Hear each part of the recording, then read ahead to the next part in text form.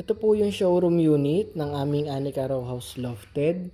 Pwede nyong gawin yung ganito sa inyong unit once na mag-avail kayo ng Anika Row House Lofted.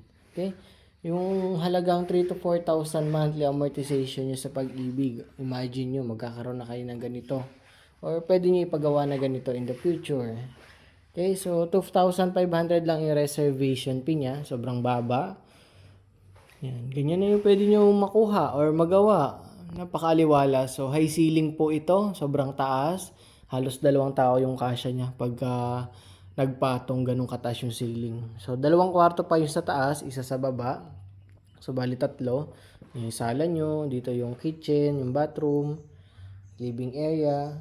So, yan. Para sa mga nag-umpisang pamilya or sakto lang mga 5 sa pamilya, kasyang-kasya dito. Okay, so under 4PH program po yung ganito namin.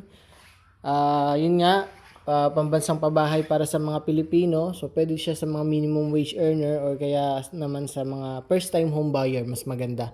Makakabil kayo ng promo namin na 3% interest rate or 1% lang. Yun nga is 3 to 4,000 monthly amortization yung promo na yon. So, malaking tipid din.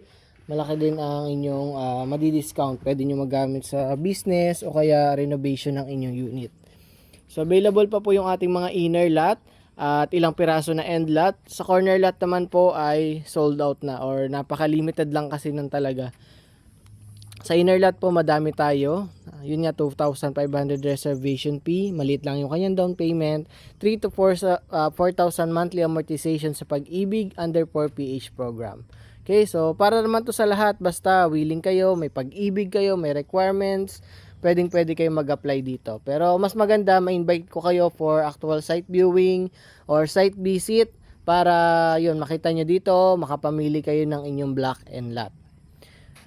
So yun lang, message na lang kayo para sa mga gusto magpa-schedule.